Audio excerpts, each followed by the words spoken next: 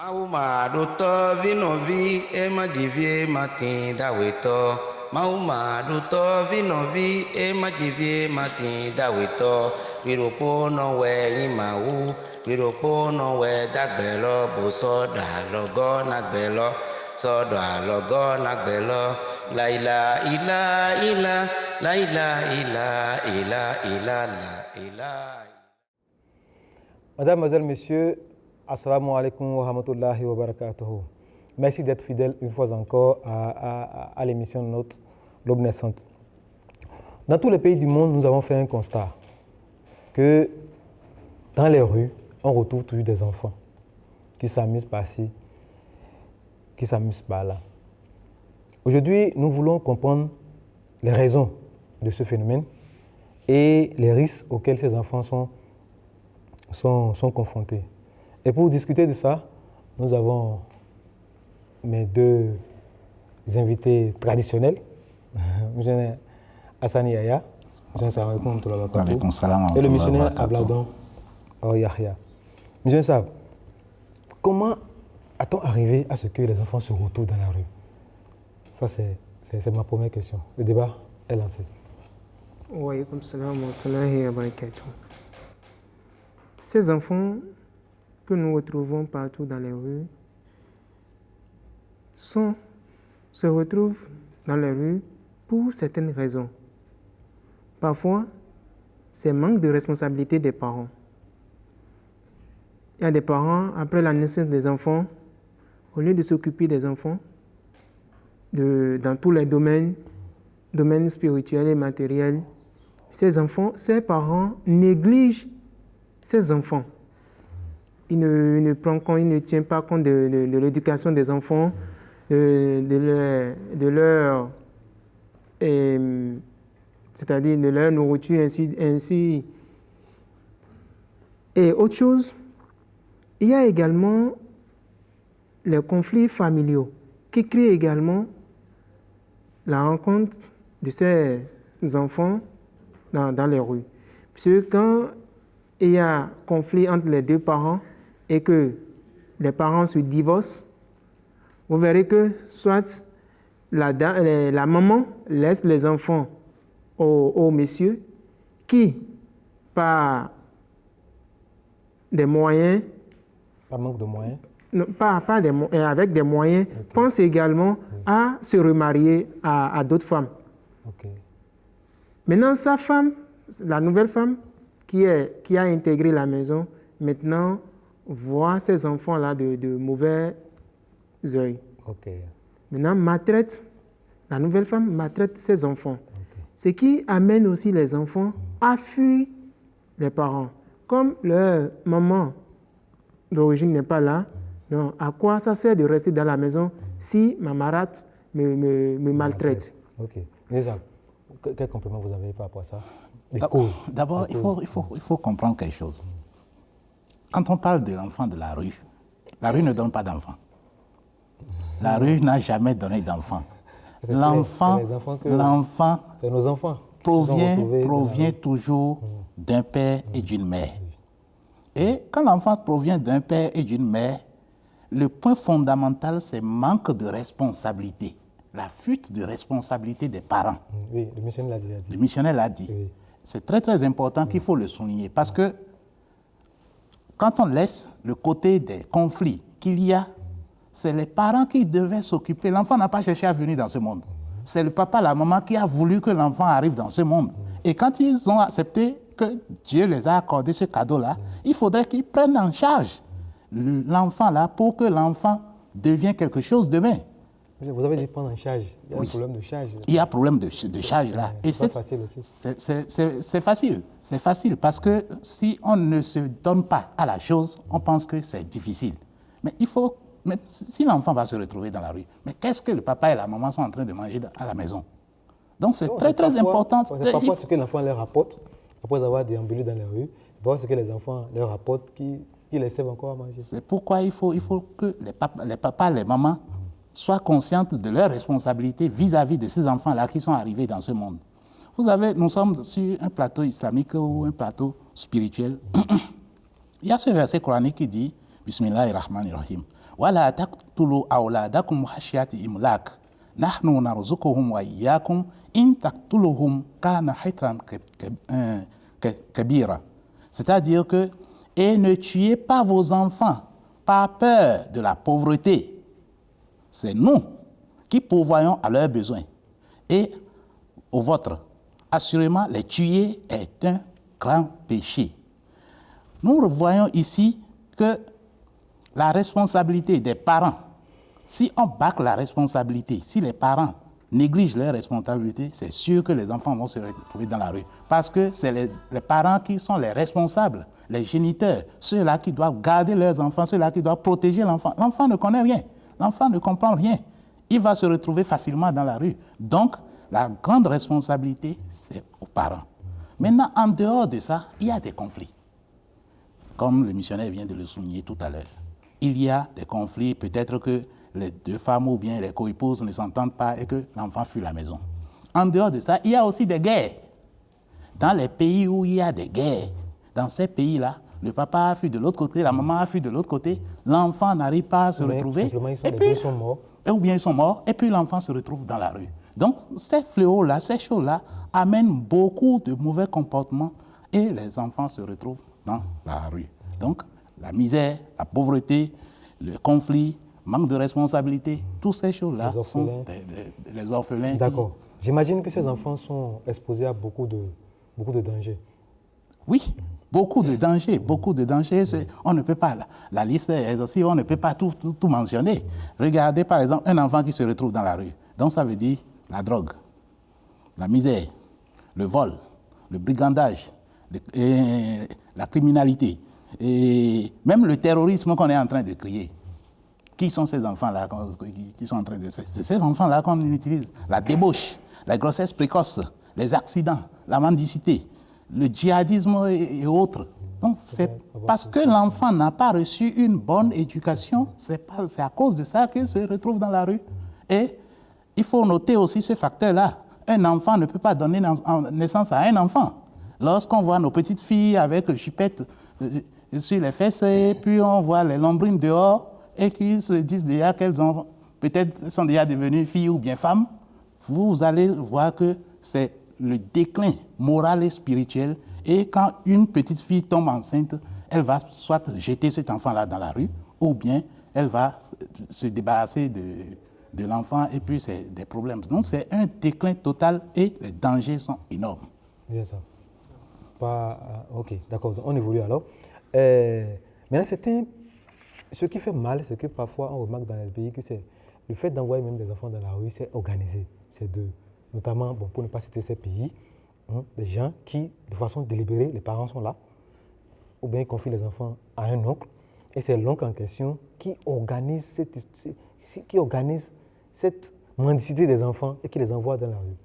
Comment expliquez-vous ce phénomène? Nous avons du nord jusqu'au sud, ou bien même en Afrique de l'Ouest, on a senti ce problème-là un peu partout. Et vous allez voir que la plupart de ces enfants-là, je vais le dire clairement, en Afrique de l'Ouest, c'est des musulmans. La plupart de ces enfants-là, c'est des musulmans. Pourquoi? Parce que le papa a envie que son enfant apprenne le Coran, ou bien étudie, aille à l'école, apprendre l'arabe et autres. Et puis, il va confier cet enfant-là à un marabout. Et le marabout, ne voulant pas fuir cette responsabilité, parce que les enfants sont nombreux autour de lui, alors il dit oui, les enfants, je vais vous enseigner le Coran. Et à la fin des comptes, on voit qu'il n'arrive pas à prendre la charge de ces enfants-là. Les parents aussi n'arrivent pas à donner le nécessaire pour pouvoir s'occuper de ces enfants, les vêtir, les nourrir, les tous ces besoins-là, à ces enfants-là, qu'est-ce qu'on voit? Ces enfants-là ont des gobelets attachés à une corde au cou, et puis ils seront en train de commander dans la rue pour pouvoir trouver à manger, ou bien même donner tout ce qu'on leur donne, ils vont rembourser ça au marabout qui est à la maison paisiblement. C'est comme si c'est une société qui est organisée pour la mendicité. Donc, ceci est la fuite de responsabilité des parents ou bien l'inconscience des parents vis-à-vis de ces enfants-là. On va évoluer dans le débat. Maintenant, les approches de solutions. Maintenant, quelles sont les solutions que vous trouvez? C'est-à-dire comment il faut organiser ça? Parce que c'est pas normal. Nous avons, dans les discussions que nous avons eues avant l'émission, nous avons fait le constat que ces enfants se retrouvent dans la rue, dans presque tous les pays du monde, en Asie, en Afrique, c'est-à-dire que c'est un problème planétaire. Maintenant, quels sont, bon, nous ici, de ce plateau, quels sont les conseils que nous pouvons donner au monde éducatif, à la société, aux parents, pour qu'on puisse trouver des solutions à ce problème, en attendant de voir ce qu'Adjamat a déjà fait, qu'est-ce que nous avons fait déjà à notre niveau pour pouvoir régler ce problème. À ce niveau, ce que nous pouvons dire aux parents et aux acteurs éducatifs, c'est d'abord les parents doivent prendre leurs responsabilités en charge. C'est assurer les besoins fondamentaux des enfants. Vous savez, le Saint Prophète, d'abord le Saint-Coran nous dit, dans le Saint-Coran dit, وَمَنْ أَحْيَاهَا فَكَأَنَّمَا أَحْيَا النَّاسَ جَمِيعًا. Que quelqu'un qui donne la vie à un individu, c'est comme s'il a donné la vie à l'humanité tout entière. Vous voyez, ce dire d'Allah subhanahu wa ta'ala est profond. Dès que les parents prennent en charge, s'occupent bien des enfants, ne négligent pas l'éducation des enfants, je pense que les enfants auront une vie meilleure. Puisque eux aussi viendront à la place des parents. Eux aussi viendront donner naissance à des enfants. Maintenant, si, à bas âge, eux, ils ont raté l'éducation, comment ils arriveront à donner l'éducation à leurs enfants? Donc, à ce niveau, les parents doivent assurer les besoins fondamentaux des enfants, à savoir les vêtir, les instruire, les nourrir, ainsi de suite.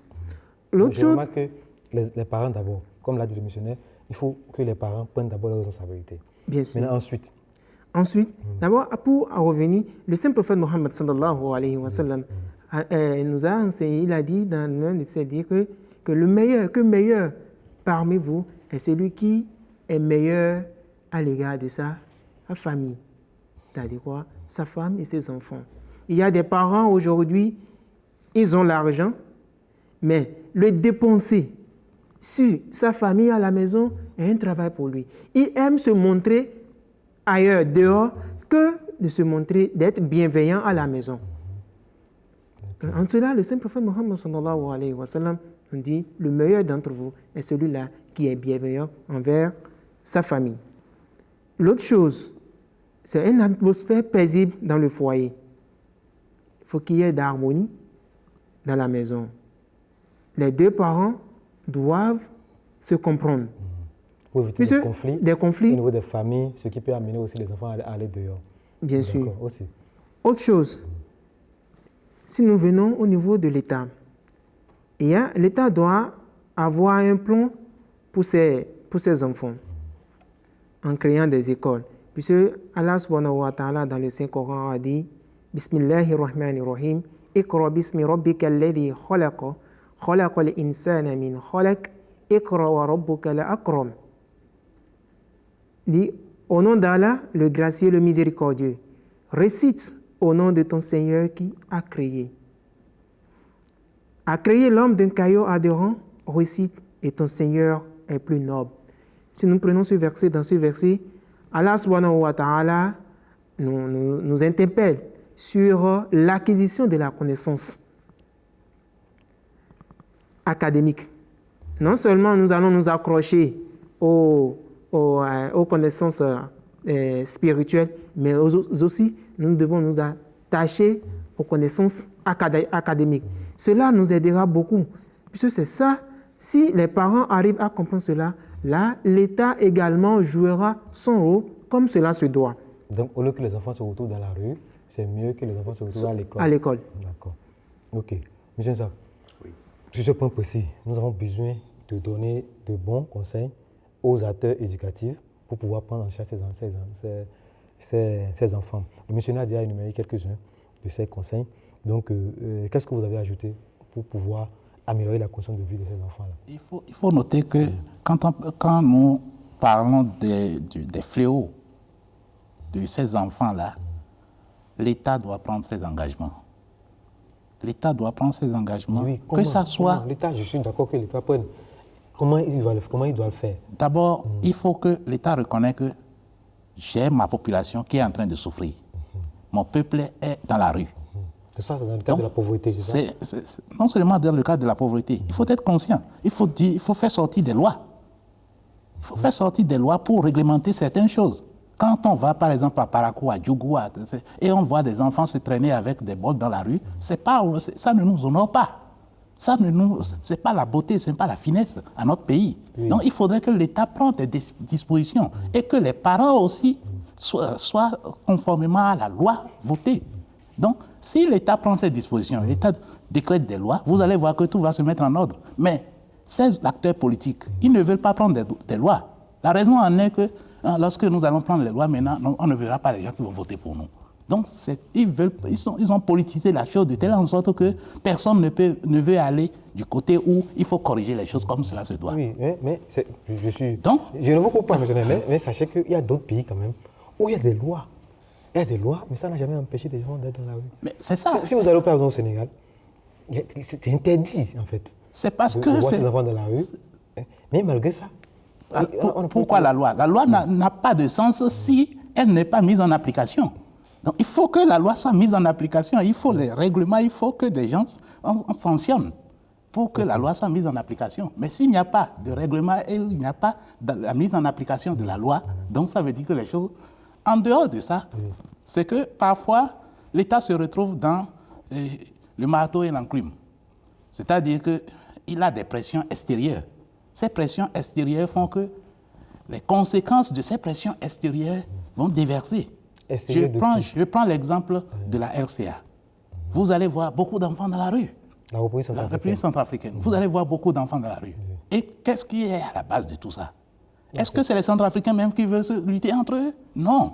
Le problème est que il y a des pressions extérieures et que l'État n'arrive pas à gérer. Et que les enfants, il y a la guerre qui va s'éclater et puis les enfants se retrouvent dans la rue. Donc, le gouvernement prend ses responsabilités, les parents aussi prennent leurs responsabilités et aussi les acteurs, les enseignants, eux aussi n'ont qu'à faire leur travail comme cela se doit afin que les enfants ne se retrouvent plus dans la rue. Ok, c'est ça. Le missionnaire disait tout à l'heure que l'État doit prendre ses responsabilités. Et il a énuméré deux choses que j'ai notées. D'abord, il a parlé des lois que nous devons voter. Quand on vote les lois, il faut les faire respecter. Ensuite, il a appelé les acteurs éducatifs à prendre leurs responsabilités. Donc voilà les deux. Qu'est-ce que vous avez encore à ajouter sur ce point? Par rapport... Donc le missionnaire a tout dit. Alors, donc, maintenant, dans le cas, à moins que vous avez quelque chose à ajouter encore. Maintenant, sinon, nous allons voir maintenant ce que la Jamaat islamique Ahmadiyya est en train de faire ou a mis en place pour pouvoir porter assistance à ces enfants de la rue. D'abord, j'ai lu un verset tout à l'heure. Ce verset nous dit « Ne tuez pas vos enfants à cause de la pauvreté ». Quand vous ne donnez pas l'éducation à votre enfant, c'est comme que vous êtes en train de l'égorger, vous êtes en train de le tuer. Et le missionnaire a souligné l'éducation spirituelle et l'éducation séculaire. Donc, les deux éducations-là sont très importantes pour l'enfant. L'islam est cette religion-là qui enseigne les choses à la racine. Le Coran a déjà énuméré le verset pour pouvoir éradiquer ça. Le saint prophète Muhammad sallallahu alayhi wa sallam, dans un de ses hadiths, nous dit « Akrimu awladakum wa ahsinu adabahum ». C'est-à-dire que honorez vos enfants et donnez-leur une bonne éducation. Si les parents prennent ce hadith-là comme cela se doit, ils doivent respecter leurs enfants et leur donner une bonne éducation. Parce que l'enfant n'est pas venu dans ce monde de son propre gré, mais c'est les parents, le papa et la maman qui sont la base, qui ont voulu, et le papa les a donné, Dieu les a donné ce cadeau-là. Donc l'enfant arrive dans ce monde, c'est à eux de prendre la charge comme cela se doit. Et quand l'enfant néglige, ou bien l'enfant est négligé, c'est tout comme si c'est les parents qui sont en train de négliger leur future génération. Parce que nous sommes dans ce monde pour pouvoir produire, ou bien se reproduire. Et c'est nos enfants qui prendront nos places, la place de demain. Donc si la personne qui donne un enfant oublie les responsabilités qu'il a vis-à-vis de cet enfant-là, qu'est-ce que l'enfant deviendra pour lui demain? C'est à même croire que les gens ne savent même plus l'importance d'un enfant dans la société. D'accord. Donc, on va évoluer, M. Sab. Donc, allons-y directement au niveau des efforts que la Jamaat islamique Ahmadiyya est en train de faire. J'ai donné les sources d'enseignement du Saint-Coran et du Hadith. La Jamaat islamique Ahmadiyya fait beaucoup pour pouvoir éradiquer ce fléau-là dans la société. Une des choses est la construction des centres de formation. La communauté fait dans le monde pour pouvoir amener ces enfants-là à intégrer la société pour amener une bonne vie comme cela se doit. La construction des écoles, la construction des madrasas, la construction des centres d'orphelinat. Au Bénin, nous avons déjà combien d'écoles déjà? Au Bénin, on a jusqu'à 5 comme ça, je pense. Déjà. Je sais qu'il y a un à Porte-Nouveau. Oui, il y a à Bozon, il y a à Parakou, il y a à Dassa, je pense. Oui, quelque chose comme ça. Donc, orphelinat aussi. Et quel traitement donne à ces enfants dans ces écoles? C'est-à-dire les enfants sont pris en charge? Les enfants sont pris en charge, les madrasas, les enfants, parce que quand on va au nord, le papa a voulu que son enfant apprenne le Saint-Coran pour connaître le Coran, parce que le Saint-Prophète Mohammed l'enfant qui connaît le Coran et enseigne à d'autres personnes, il a une bonne récompense. Donc, c'est pourquoi il confie ses enfants. Mais dans le madrasa de la Jamaat islamique Ahmadiyya, l'enfant est là, c'est la communauté qui prend en charge l'enfant, il ne paie rien, et gratuitement, il apprend le Coran. Les madrasas chez nous, au Bénin, il y a... faut que je souligne quelque chose. Dans ces écoles, ce n'est pas seulement l'éducation séculaire qui est apprise à ces enfants. Il y a l'éducation, la connaissance séculaire et la connaissance spirituelle. Parce que les deux vont de pair. On ne peut pas enseigner l'un et laisser l'autre. Maintenant, pour les madrasas, tout à l'heure, vous avez dit qu'au Sénégal, il y a des parents qui donnent les enfants au maître coranique pour que les enfants au moins aient la connaissance religieuse. Mais ces enfants sont retrouvés à la rue. Mais je pense qu'avec l'effort de la Jamaat islamique Ahmadiyya aujourd'hui, on ne voit pas cela dans la communauté. Et Dieu merci que nous avons parmi nous l'enseignant de notre madrasa qui est à Koubé. Je vais souligner le missionnaire Abdelaziz Ibrahim. Vous voyez, dans ces madrasas, c'est la Jamaat qui prend en charge ces enfants. Du bas jusqu'à leur transport, leur déplacement, l'aller et retour, c'est la Jamaat qui prend ça en charge. Donc, M. Zab, j'ai bien compris. Maintenant, quels sont les efforts que la Jamaat est en train de faire pour pouvoir prendre en charge ces enfants-là? Oui, la Jamaat s'émerge beaucoup dans ce domaine. Et d'abord, nous avons même une structure au sein de la Jamaat qui est au service de l'humanité que nous appelons Humanity First, qui se retrouve dans tous les continents du monde. Vous voyez, la Jamaat est en train de construire les orphelinats pour les orphelins. Parce que Allah subhanahu wa ta'ala a dit dans le Saint-Coran, فَأَمَّا الْيَتِيمَ فَلَا تَقْهَرْ. Donc, quant à l'orphelin, ne la maltraitez pas. Ne le maltraitez pas plutôt. Donc, c'est dans ce sens que la Jamaat islamique Ahmadiyya est en train de construire les orphelinats pour pouvoir héberger. Combien d'orphelinats sont déjà construits déjà? Bon, au Bénin, nous avons un qui est à Porte-Nouveau. Et là également, les enfants suivent des formations. On donne des formations à des enfants. Ceux qui veulent aller à l'école vont à l'école. Maintenant, ceux qui veulent apprendre d'autres métiers, on les oriente également vers d'autres métiers. En plus des orphelinats, nous avons également des écoles qui sont construites partout dans le pays, du nord au sud. Nous avons combien déjà? Au total, nous avons 4 écoles déjà au Bénin. Nous avons un à Porte-Nouveau, un à Bozon, qui est dans l'Atlantique.